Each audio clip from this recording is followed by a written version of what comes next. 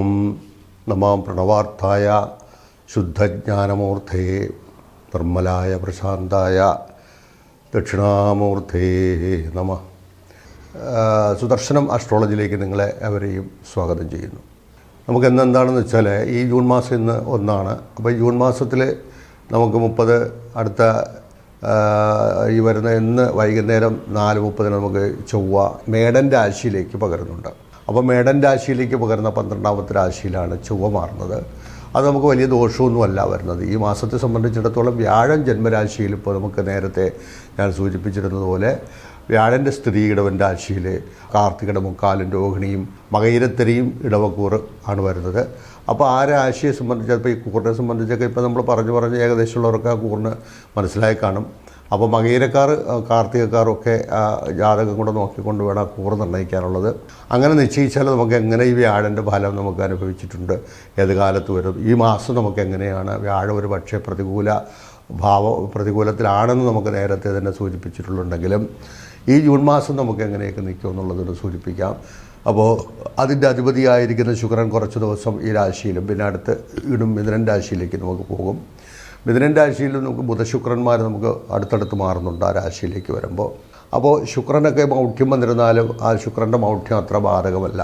സൂര്യോച്ഛന്ന ദുദിഷുദളം ശുക്ര അർക്കപുത്രോ എന്നുള്ളത് കൊണ്ട് ശനിയുടെയും ശുക്രൻ്റെയും മൗഢ്യത്തിന് അത്ര വലിയ പ്രസക്തിയില്ല എന്നുകൊണ്ട് പറയുന്നുണ്ട്. ഫലം ദോഷകരമായിട്ട് ബാധിക്കില്ല എന്നാണ്.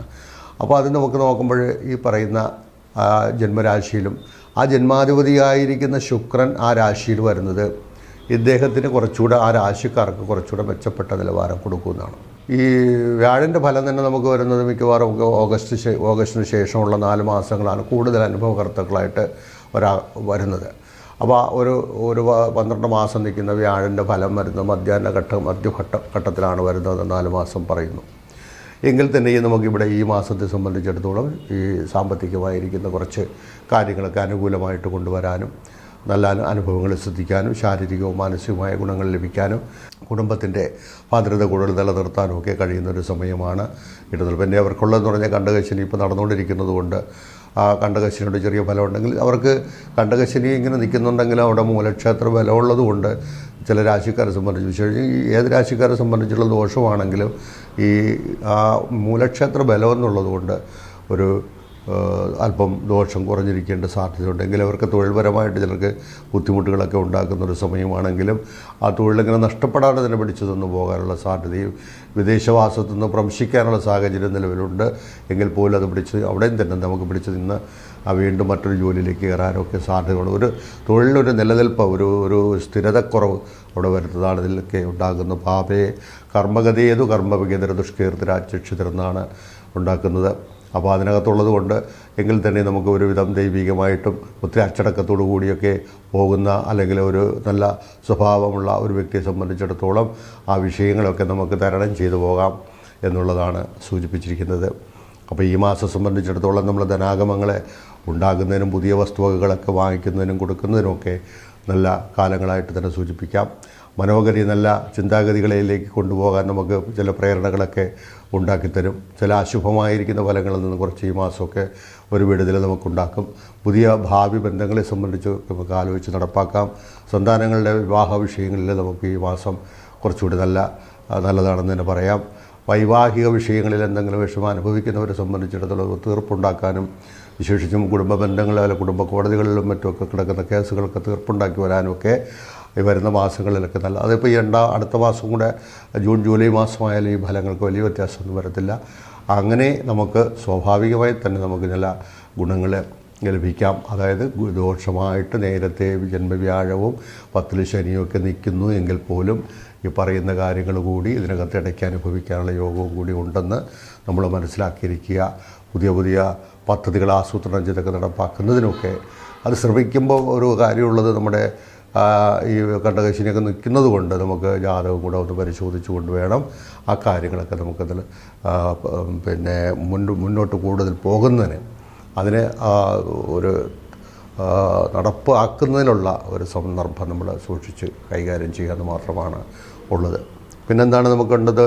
സന്താനങ്ങളെ സംബന്ധിച്ചിടത്തോളം സന്താനങ്ങളുടെ ആ സന്താന ഭാവാധിപതിയായിരിക്കുന്ന ഗ്രഹവും ബുധനാണ്. ആ ബുധന് സ്വക്ഷേത്ര ബലമൊക്കെ ഉള്ളതുകൊണ്ട് പിണങ്ങി നിൽക്കുന്ന സന്താനങ്ങളുണ്ടെങ്കിൽ അവരൊക്കെ അടുത്ത് വരാനും അവർക്ക് സന്താനങ്ങൾക്ക് നല്ല അനുഭവങ്ങൾ സിദ്ധിക്കുന്നതിനൊക്കെ സാധ്യതകളുള്ള സമയമാണ്. ലഗ്നാധിപൻ തന്നെ 6ാം ഭാവാധിപത്യം എടുത്തിരിക്കുന്നത് കൊണ്ട് ശുക്രൻ്റെ അനുകൂല ഭാവസ്ഥിതി തന്നെ രോഗങ്ങൾ എന്തെങ്കിലും അസുഖങ്ങളൊക്കെ ഉള്ളവർക്കൊക്കെ രോഗശാന്തിയൊക്കെ ഒന്ന് ശാന്തതയോടുകൂടി പോകാനുള്ള യോഗവും നമുക്കവിടെ സൂചിപ്പിച്ചിട്ടുണ്ടെന്ന് പറയാം. 7ാം ഭാവാധിപതിയായിരിക്കുന്ന ചൊവ്വയാണ് നമുക്ക് സ്വക്ഷേത്രത്തിൽ സ്ഥിതി ചെയ്യുന്നത്. അപ്പോൾ 7ാം ഭാവത്തിൽ നമുക്ക് എന്തെങ്കിലും നേരത്തെ പ്രശ്നമുണ്ടെങ്കിൽ അതൊന്ന് പരിഹരിച്ചു പോകാനുള്ള ഈ ഇടവൻ മേടൻ രാശിയിൽ സ്വക്ഷേത്രത്തിലേക്ക് ജൂലൈ മാസം 15-ാം തീയതി വരെ നിൽക്കുന്നത് കൊണ്ട് അതിനും പ്രശ്നങ്ങളൊന്നുമില്ല. ചിലർക്ക് കാലിന് എന്തെങ്കിലും ചില വിഷമങ്ങളൊക്കെ ഉണ്ടായിട്ടുണ്ടെങ്കിലോ ആ കാലിന് എന്തെങ്കിലും ചില അപകടങ്ങളോ വീഴ്ച കൊണ്ടുണ്ടാകുന്ന കാരണങ്ങളൊക്കെ ഉണ്ടെങ്കിൽ അതെല്ലാം നേരായി വന്ന് മുന്നോട്ട് പോകാനുള്ള യോഗവും ഉണ്ട്. അതുപോലെ തന്നെ 12ാം ഭാവം ഇടത്തെ കണ്ണിനെന്തെങ്കിലുമൊക്കെ ചില വിഷമങ്ങൾ വരാനും അത് പരിഹരിച്ചു വരാനുള്ള സാധ്യതയൊക്കെ ചൊവ്വ 12ൽ നിന്നുണ്ട് കാണിക്കുന്നുണ്ട്. രാഹു 11ാമത് രാശി നിൽക്കുന്നത് നല്ലതാണ്. അങ്ങനെ നോക്കുമ്പോഴത്തേക്ക് നമുക്ക് ഈ പറയുന്ന വ്യാഴൻ്റെയും ശനിയുടെയും അനുഭവങ്ങൾ ദോഷഫലങ്ങൾ ഉണ്ടെങ്കിൽ പോലും അതിൽ നമുക്ക് ഈ 12 മാസം കുറച്ചുകൂടെയൊക്കെ നല്ല ഫലങ്ങൾ നമുക്ക് ലഭിക്കുമെന്നുള്ള സൂചന കൂടി ഞാൻ ഈ ഇടവൻ രാശിക്കാർക്ക് തരികയാണ്. അപ്പോൾ ഇടവൻ രാശിയെ സംബന്ധിച്ചിടത്തോളം നമുക്ക് അഗ്നോപി വൃക്ഷപൂജ്യ എന്നുള്ള ഒരു ഗുണമുണ്ട്. എന്തെല്ലാം ദോഷമിരുന്നാലും ഇടവൻ രാശി ഈ നല്ലൊരു ഫലമായിട്ടാണ് സ്ഥിരരാശിയിൽ ഇടവൻ രാശി ഒരു നല്ല ഫലമാണെന്ന് സൂചിപ്പിച്ചിട്ടുണ്ട്. സ്ഥലപ്രശ്നത്തിലാണ് ഈ വിഷയം പറയുന്നെങ്കിലും ആ രാശി സംബന്ധിച്ചൊരു ഗുണം അതിനകത്ത് വരുന്നുള്ളതാണ്. അപ്പോൾ ഈ നിങ്ങളുടെ ചെയ്യേണ്ടതെന്ന് പറഞ്ഞത് നക്ഷത്രക്കാരെ സംബന്ധിച്ചിടത്തോളം അവർ ജനിച്ച ലഗ്നവും ഈ ചന്ദ്രലഗ്നവും തമ്മിലുള്ള ബന്ധങ്ങളും കാര്യങ്ങളൊക്കെ പരിശോധിക്കുന്നത് നല്ലതാണ്. ആ ജാതകവശാൽ നമുക്ക് ഇപ്പോഴത്തെ ദശാകാലമൊക്കെ എങ്ങനെ ഇരിക്കുന്നു എന്നുള്ളത് നോക്കുക. അവിടെ സംബന്ധിച്ചിടത്തോളം ആദ്യം കാർത്തിക നക്ഷത്രത്തെ സംബന്ധിച്ച് ആദ്യത്തെ ദശാകാലം വരുന്നതെന്ന് പറഞ്ഞത് ഈ പറയുന്ന ആദ്യത്തെ ദശാകാലമാണ്. രോഹിണിയെ സംബന്ധിച്ച് ചന്ദ്രദശാകാലമാണ് ആദ്യം വരുന്നത്. പിന്നെ മകീര നക്ഷത്രത്തെ സംബന്ധിച്ച് ചൊവ്വ ദശാകാലം നമുക്ക് ആദ്യം തുടക്കം. അതിനെ തുടർന്ന് മറ്റുള്ള ദശാകാലങ്ങളൊക്കെ എങ്ങനെയുണ്ടെന്നും നിലവിൽ ശിഷ്ടദശാകാലം വെച്ചുകൊണ്ട് തുടർന്നുള്ള ദശാകാലങ്ങളും നമുക്ക് എന്ത് അനുഭവങ്ങൾ ഉണ്ടാക്കി തരുമെന്നൊക്കെ അതുകൊണ്ട് ചിന്തിക്കുക. അപ്പം വിശേഷിച്ച് വേറൊരു കാര്യമുള്ള, ഞാൻ നേരത്തെ ഈ ജന്മവ്യാഴൻ്റെ ഫലം നമ്മൾ കഴിഞ്ഞ അധ്യായത്തിൽ പറഞ്ഞു പോയിട്ടുള്ളതുകൊണ്ട് അതിവിടെ ആവർത്തിക്കുന്നില്ലെങ്കിൽ ഒരു കാര്യം കൂടെ ഉള്ളത്, ഈ ജന്മരാശിയിൽ പിന്നെ അതായത് ഇടവൻ രാശിയിൽ വ്യാഴം സഞ്ചരിക്കുന്ന ഈ രാശിയിൽ വ്യാഴൻ്റെ അഷ്ടവർഗ പ്രകാരം സംഖ്യ വളരെ കുറവാണെന്നുണ്ടെങ്കിൽ 4 മുതൽ താഴോട്ടുള്ള സംഖ്യകൾ അക്കങ്ങളാണ് നിലനിൽക്കുന്നെങ്കിൽ അത് ദോഷം കൂടാനുള്ള സാധ്യതയും, അതേസമയത്ത് ഈ പറയുന്ന 5 മുതൽ 8 വരെയുള്ള അക്ഷങ്ങൾ, അതായത് അക്ഷങ്ങളും ബിന്ദുക്കളെന്നൊക്കെ ജ്യോതിഷത്തിൽ പറയുന്നെങ്കിലും അതിൽ അക്കങ്ങൾ വരികയാണെങ്കിൽ ആ അക്കങ്ങൾ കൂടുതൽ നല്ല ദോഷങ്ങളാണെങ്കിൽ ആ ദോഷത്തെ കുറച്ചു കൊണ്ടുവരാനും കഴിയുമെന്നുകൂടി ഇടവൻ രാശിയുടെ ഫലം സൂചിപ്പിച്ചിട്ടുണ്ട്. അതുകൊണ്ട് നമ്മൾ ശ്രദ്ധിക്കേണ്ടതുണ്ട്. ചാരവശാലുള്ള ഫലങ്ങൾ നമ്മളിങ്ങനെ പറഞ്ഞു പോകുമ്പോൾ ഇതൊക്കെ കൂടി ഒന്ന് അത് എപ്പോഴായാലും ശരി ജാതകഫലത്തെ മുൻനിർത്തി തന്നെ ഈ കാര്യങ്ങളും ചാരവശാലുള്ള ഫലങ്ങൾ കൂടി കൊണ്ടുപോയാലേ അനുഭവങ്ങളെ ഒരു ജ്യോത്സ്യൻ ഇങ്ങനെ പറയുമ്പോഴത്തേക്ക് അത് നമുക്ക് പൊതുഫലങ്ങളായിട്ട് മനസ്സിലാക്കാനും അത് അവരുടെ ജാതകം കൂടെ കൂട്ടി ഇണക്കി കൊണ്ടുവേണം ഈ കാര്യങ്ങൾ ചിന്തിക്കാനുള്ളത്. അപ്പോൾ നമുക്ക് ദോഷാനുഭവങ്ങൾ ഇപ്പോൾ നിലവിലിരിക്കുന്നവർക്ക് ചില ഗ്രഹങ്ങൾ ചാരവശം വരുമ്പോൾ ചില ഗുണാനുഭവങ്ങൾ ഉണ്ടാക്കുകയും ചെയ്യും. ഇവിടെ വ്യാഴം, ചൊവ്വ, പിന്നെ നമുക്ക് ശനി, ഈ ഗ്രഹങ്ങൾ മാത്രമേ നമ്മൾ ചാരവശൽ സഞ്ചരിക്കുമ്പോൾ, വിശേഷിച്ചും രാഹുകേതുക്കളും ശനിയും വ്യാഴവും, ഈ 3 ഗ്രഹങ്ങളാണ് പ്രധാനമായിട്ടും ജനങ്ങൾ ചിന്തിക്കുന്നത് മാറ്റങ്ങൾ. കാരണം അവർ 1 വർഷം, 1.5 വർഷം, 2.5 വർഷമൊക്കെ നിൽക്കുന്ന ഗ്രഹങ്ങളായതുകൊണ്ട് അതിനെപ്പറ്റി കൂടുതൽ ചിന്തിക്കാറുള്ളൂ. എന്നാലും ചിലർക്ക് ഇതിൽ നിന്ന് വ്യത്യസ്തമായിട്ട് തന്നെ ഓരോ മാസങ്ങൾ, പിന്നെ ആഴ്ചകൾ പോലും ഓരോ ദിവസവും നമുക്ക് വ്യത്യസ്തമായ ചില ഫലങ്ങൾ ഉണർന്നു കഴിഞ്ഞാൽ അന്ന് അസ്തമിക്കുന്നവരെ ചിലപ്പോൾ നമ്മൾ വിചാരിക്കാത്ത ചില ഫലങ്ങളായിരിക്കും ചിലപ്പോൾ അന്നത്തെ ദിവസമൊക്കെ നമുക്കുണ്ടാക്കുന്നത്. അതുപോലെയാണ് ചില മാസങ്ങളിൽ നമുക്ക് വ്യത്യസ്തമായ ചില ഫലങ്ങൾ നമുക്ക് കൊണ്ടുവരും എന്നുള്ളത് കൊണ്ടാണ് ഇപ്പോൾ ഈ മാസം അടുത്ത മാസമൊക്കെ നിങ്ങൾക്ക് ഈ ഫലങ്ങൾ പറയാനുള്ള ഒരു കാരണം. ഓക്കെ, നിങ്ങൾ ദൈവികമായ കാര്യങ്ങളൊക്കെ അനുഷ്ഠിച്ച് നിലനിന്ന് മുന്നോട്ട് കൊണ്ടുപോവുക. നമ്മുടെ ഈ വിശേഷങ്ങളെ സംബന്ധിച്ച്, അതായത് കൂടുതൽ വിശേഷങ്ങൾ നമുക്ക് വ്യക്തിപരമായ കാര്യങ്ങൾ നമുക്ക് അറിയണം എന്നാഗ്രഹിക്കുന്നവരെ സംബന്ധിച്ചിടത്തോളം നമ്മൾ വാട്സാപ്പിലേക്ക് അതിന് മെസ്സേജ് അയക്കുകയോ ഫോൺ വിളിക്കുകയോ എന്തെങ്കിലും നമുക്ക് ചെയ്യണം. ചെയ്തുകൊണ്ട് നിങ്ങൾ കാര്യങ്ങൾ കുറച്ചുകൂടെ വിശദമായി അറിയുന്നത് കുറച്ചുകൂടെ നന്നായിരിക്കും.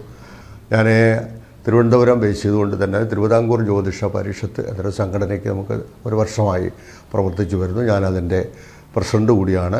അപ്പോൾ നമുക്കിപ്പോൾ വിദ്യാർത്ഥികളെല്ലാം നമുക്ക് 8-10 വിദ്യാർത്ഥികൾ നിലവിലുണ്ട്. അപ്പോൾ ആ വിദ്യാർത്ഥികൾക്കെല്ലാം സർട്ടിഫിക്കറ്റ് കോഴ്സാണ് നമ്മൾ നടത്തിക്കൊണ്ടിരിക്കുന്നത്. പക്ഷേ 6 മാസം 1 വർഷം കൊണ്ടെന്നുള്ളതല്ല.